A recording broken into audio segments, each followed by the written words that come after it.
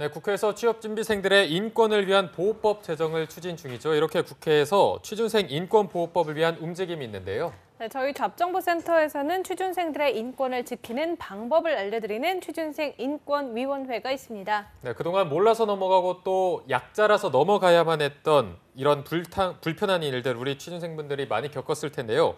이 코너를 통해서 많은 분들이 자기 권리를 조금 더 당당하게 내칠 수 있기를 더 기대해 봅니다. 네, 오늘 도움 말씀 주실 취준위의 안방마님이죠. 트러스트원 취업 컨설팅의 송진원 컨설턴트 오셨습니다. 안녕하세요. 네, 안녕하세요. 네. 네, 송쌤, 작가님들이 주말에 연락이 안 된다고. 네, 맞습니다. 왜 주말에 더 바쁘신 거예요?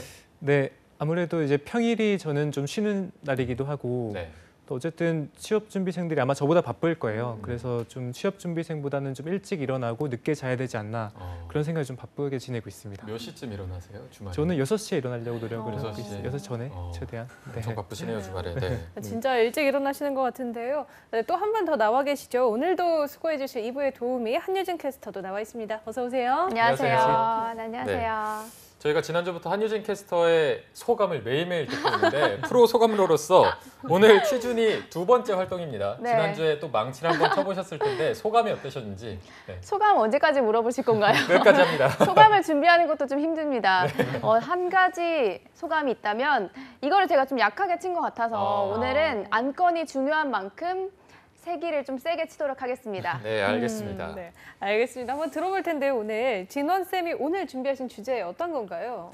네, 오늘 제가 준비한 내용은 취업준비생이라면 공채 시즌마다 이제 기업에 지원을 할 것인데 네. 지원할 때 필요한 것이 일단은 개인정보를 넣는 것입니다. 그렇죠. 근데 이 개인정보가 확실하게 잘 관리가 되고 있지 않고 또 취업준비생 입장에서도 이를 무분별하게 가입을 하고 또 동의를 해주고 있는 부분에 대해서 다뤄보도록 하겠습니다. 네, 이게 취준생들 입장에서는 어쨌든 가입을 해야 그 회사에 지원을 할 수 있기 때문에 당연히 이거를 선택을 하실 텐데 그럼 이제 이거와 관련해서 한유진 캐스터가 안건을 소개해 주도록 하겠습니다.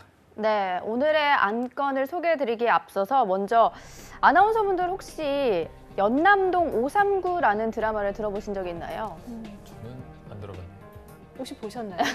저도 안 봤는데요. 네. 이 드라마의 주인공이 취준생 석도희 씨가 한 무역회사에 최종 합격을 하게 되는데요. 회사 측에서 체크카드를 출입증으로 사용해야 한다라는 말을 믿고 개인정보와 체크카드 정보를 제공했는데 이는 취준생들을 대상으로 한 유령회사가 저지른 금융사기로 밝혀졌습니다. 그런데 늘 드라마는 현실을 반영하죠. 이 취준생 대상으로 한 사기는 드라마 속에서만 발생하는 게 아니었습니다. 한 취업 포털 사이트에서 구직 경험이 있는 478명을 대상으로 한 취업 사기 경험에 대한 조사를 진행했는데요. 네. 전체의 46%가 취업 사기를 당한 경험이 있는 것으로 알려져서 충격을 주고 있습니다. 특히 개인의 민감한 정보를 토대로 한 사기들이 주를 이루고 있어서 더욱 심각하다고 볼 수가 있는데요. 따라서 오늘 취준생 인권위원회 안건으로는 채용 시 노출되는 취준생들의 개인정보 이대로 괜찮은가입니다. 아유, 부서지겠네요. 아유, 좋습니다. 네. 소리가 정말 남다른 것 같은데요. 네, 오늘 확실히 안건이 좀 심각해 보입니다. 네. 취업 사기를 당한 경험이 거의 절반에 미치는 수치라고 하니까 정말 놀라운데 이 취업 한파 때문에 절박한 마음을 이용해서 사기를 치는 사람들이 제일 문제이겠지만 어찌됐건 간에 이 개인정보를 수집한다는 행위 자체에서 이런 문제들이 좀 비롯되는 것 같거든요. 그쵸. 이제 이 개인정보를 수집하는 선을 어느 정도까지 좀 허용해야 한다고 보시나요? 네, 일단은 정부가 블라인드 채용이라든지 그런 부분 때문에 이제 정보를 최소화하고 있긴 하나 그런 것들이 아직 대기업이라든지 사기업 등은 아직 많이 이제 다뤄지지가 않는 부분이죠. 그래서 네. 좀 문제가 되는데 저는 합격 전과 후로 좀 나눠봤으면 좋겠습니다. 합격을 한 후에는 급여를 지급해야 되거나 이런 부분이 있기 때문에 분명히 네. 민감 정보를 수집해야 되지만 네. 지금 문제는 그 전에 정보를 수집하는 것이 과연 올바른가 그다음에 이것을 잘 관리할 수 있는 시스템적으로 갖춰져 있는지 그 부분을 좀 다뤄보고자 합니다. 네. 사실 이게 취준생 입장에서는 이거를 기업의 시스템을 바꿀 수 있는 입장도 아니고 울며 겨자 먹기로 지원하고 있는 상황인데 그렇다면 취준생분들이 스스로 조심해야 되는 방법밖에 없는 건가요? 네, 그렇죠. 아무래도 지금 기업 측을 제가 말씀드리긴 했는데 취업준비생 측에서도 좀 문제가 있는 부분이 저희가 조사를 좀 보니까 네. 개인정보 활용 약관을 읽어보지도 않고 그냥 동의한다. 그래서 선택사항도 바로 그냥 동의를 한다든지 네. 이런 부분이 좀 있습니다. 네. 송쌤 말씀 들으니까 제가 제일 찔리는데요. 저도 어디 회원가입하면서 약관 같은 거 읽어본 기억이 그렇죠. 없거든요. 네. 아무래도 그게 너무 길고 이 법적인 그런 단어들이 좀 많이 쓰여서 그런가 읽어도 무슨 말인지 모르겠는 경우가 굉장히 많더라고요. 그런데 사실 이거에 동의를 하지 않으면 가입이 안 되고 또 사이트 이용조차 안 되는 게 현실이잖아요. 그렇죠. 이제 말씀하신 것처럼 취업준비생 조사를 좀 따라보자면 10명 중에 4명은 지금 제대로 읽지도 않고 그냥 동의를 체크한다. 그다음에 체크하지 않는 이유는 어차피 동의를 하건 안 하건 입사 지원하려면 무조건 동의해야 되기 때문에 네. 그런 답변 때문에 아무래도 좀 구조적으로 한계가 좀 있는 것 같습니다. 네. 그리고 이어서 다른 내용들이 네네. 있을까요? 그래서 네. 이제 아까 전에 무조건 동의해야 가입을 해야 되는 경우가 53% 정도가 됐었고 네네. 이어서 약관 내용이 너무 길어서 읽지 않는다라는 것이 35.3% 정도. 네네. 그다음 별로 중요한 내용이 없기 때문에 그렇지 않은데도 불구하고 어쨌든 8.2%. 그다음에 작은 글씨, 시간 부족 등으로 꼼꼼히 읽기 싫다라는 하는 부분이 2.8%입니다. 결과적으로 지금 사이트에 적어져 있는 그런 개인 정보들이 본인한테 중요한 걸 잘 모르는 거예요. 그래서 이 부분을 통해서 저희가 왜 읽어봐야 되는지를 명확하게 설명드리는 그런 시간이 좀 되겠습니다. 네. 혹시 한유진 캐스터 같은 경우에는 네. 이런 거 약관이 막 길게 뜨잖아요. 그런 거를 다 읽어보시고 체크하시는지. 아니요, 안 읽어보죠. 왜 이렇게 단호하시죠? 읽을 필요가 없다고 생각했는데 아.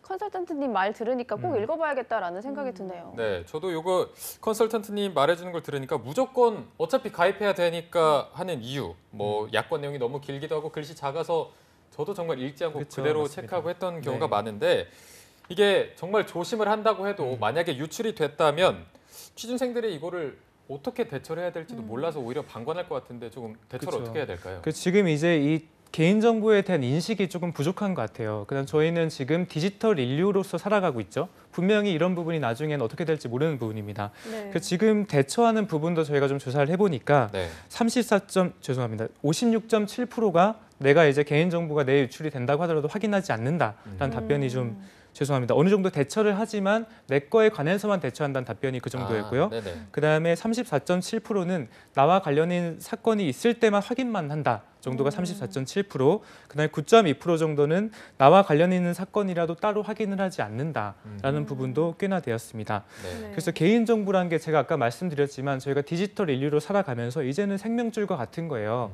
그래서 권리에 이게 이제 개인의 인격 그다음에 재산권과도 되게 연관이 되게 있는 부분이기 때문에 네. 이 부분을 확실하게 좀 보고서 저희가 권리의식을 갖고 이거를 다뤄야 되지 않나 생각이 듭니다. 저 아까에 이어서 좀 두 번째로 또 찔리는데 사실 이제 저 같은 경우에도 뭔가 이렇게 해킹이 됐다라든지 아니면 뭐 이런 식으로 명의 도용이 됐다든지 이런 사례를 접할 때 이미 인터넷에 다 개인정보 다 풀렸는데 뭐 한 번 더 털린다고 뭐 그렇게 크게 문제가 되겠어 이런 아니란 생각을 가지고 있었거든요. 네, 가지고 있었거든요. 근데 네. 사실 이렇게 개인정보 유출이 됐을 때도 그러니까 민감 정보 수집이 됐을 때도 어떻게 대처해야 하는지 사실 모르는 경우가 되게 맞아요. 많단 말이에요. 맞습니다. 유출이 되면 이렇게 취할 수 있는 행동은 또 뭐가 있을까요? 그래서 지금 이제 개인정보가 유출됐던 그런 사례들을 보자면 대부분의 이제 프로세스를 보자면 의무가 위반했는지 기업에 이제 개인정보를 잘 보관해야 되는 그런 의무를 위반했던 거랑 개인의 이제 손해가 발생했겠죠. 그거하고의 인과관계를 먼저 입증을 해야 됩니다. 네. 입증을 해서 만약에 손해 발생이 그런 개인정보 부주의로 인해서 발생했다. 그러면은 이제 손해가 나올 것인데 네. 대부분의 이제 취업 준비생의 손해는 금전적인 거하고 조금 별개로 정신적 손해 또는 시간적 손해랑 가깝습니다. 네. 그래서 이 부분은 어쨌든 법원에서 추상적이긴 하나 관대하게 인정을 해주고 있어요. 결과적으로 정신적 손해, 시간적 손해 또한 이제 법적으로 보호받아야 될 부분이다라고 설명하고 있는 부분이죠. 네, 이게 금전적인 손해면 기준이 조금 더 명확할 텐데 말씀하신 그렇죠. 것처럼 취준생분들은 정신적이나 시간적인 손해가 발생해서 그 기준이 네. 조금 애매할 것 같은데 뭐 맞습니다. 상대적으로 관대하게 인정한다면 어떤 기준으로 이게 배상을 인정하고 있는 건가요? 네, 일단은 법에 이제 법원이 제시한 판례를 좀 보자면요. 일단 유출이 발생했다라고 한다면 정신적 손해 또는 시간적 손해가 있었는지 먼저 확인을 합니다. 네. 그다음에 그 손해의 유형을 좀 분석을 해보고 그다음에 이게 만약에 제3자한테 퍼질 가능성이 있었는지 소위 아까 전에 털릴 가능성이 있었는지 아하, 먼저 확인을 네. 한 다음에 그다음에 털릴 가능성이 있었던 것도 사실 노출이 됐기 때문에 불안정한 거죠. 그다음에 털렸다고 한다면 소위 뭐 그런 부분을 피해를 얼마만큼 입었는지까지도 조사를 해야 될 것이고요. 아. 그다음에 이 부주의가 얼마만큼 부주의했던 것인지 그런 것도 좀 보게 됩니다. 사실 제가 말씀드렸지만 어려운 부분이에요. 그래서 이 부분은 법원도 개별적인 사건의 하나하나 이제 보고서 판단을 하게 됩니다. 네. 그래서 일반적으로 뭔가 딱 정하기는 좀 어려운 부분이지 않나 생각이 듭니다. 네.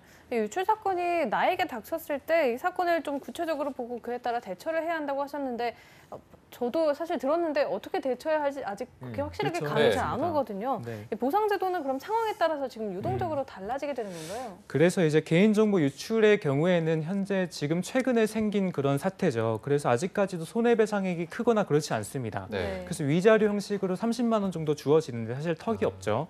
그래서 이 부분은 최근에 대형 이제 정보 유출 사건이 많이 발생하기 때문에 네. 법원도 판례가 많이 쌓일 것이고 그에 따라서 법도 좀 명확해져야 될 것입니다.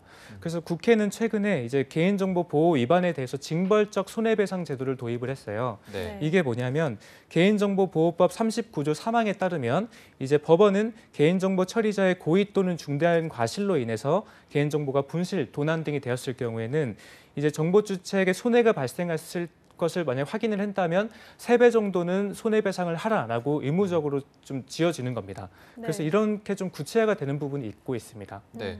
어쨌든 노력이 계속되고 있는 것 네. 같은데 초반에 말씀해 주셨지만 정부에서도 블라인드 채용 등 다양한 방면으로 노력을 하고 있는데 이 외에도 다른 노력이 있다면 어떤 게 있을까요? 네, 국회에서 지금 이제 박주민 더불어민주당 의원이 직무와 관련 없는 정보들은 받지 마라. 그런 네. 이제 법안을 내기도 했고 더불어서 30인 이상 근로자를 채용하고 있는 곳들은 면접비를 제공하라는 그런 것도 같이 하고 있어요. 결과적으로 취업 준비생들의 인권을 위해서 계속적으로 좀 좋아지는 부분이 있죠.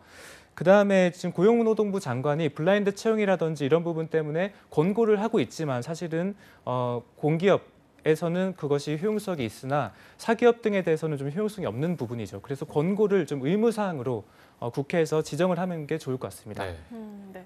아직까지는 좀 갈 길이 좀 멀어 보이긴 해서 취준생 여러분들도 좀 스스로 조심하고 또 지켜봐야겠는데요. 네. 마지막으로 송 쌤이 오늘의 안건에 대해서 촌철살인의 한마디 해주신다면 어떤 말씀 네, 해주실 건가요? 그래서 지금 이제 취업준비위원회를 다루다 보니까 대부분의 정보의 비대칭성 때문에 그런 것 같아요. 결과적으로 기업은 정보를 공개하지 않으면서 우리한테는 너무 많은 정보를 공개를 요구하는 것이죠. 네. 그래서 이런 부분은 확실히 구직자의 인권이 올라가면 갈수록 이제 사라질 것입니다. 그래서 저희 방송 또한 그다음에 국회 또한 취업준비생, 대기업 또는 공기업 또한 공동적인 노력을 통해서 이 부분을 확실하게 좀 취업준비생의 인권을 높일 수 있는 그런 길이 됐으면 좋겠습니다. 네, 저희가 마지막 촌철살인 한마디까지 들어봤는데요. 오늘 수고해주신 송진원 컨설턴트 그리고 한유진 캐스터 모두 고맙습니다. 고맙습니다.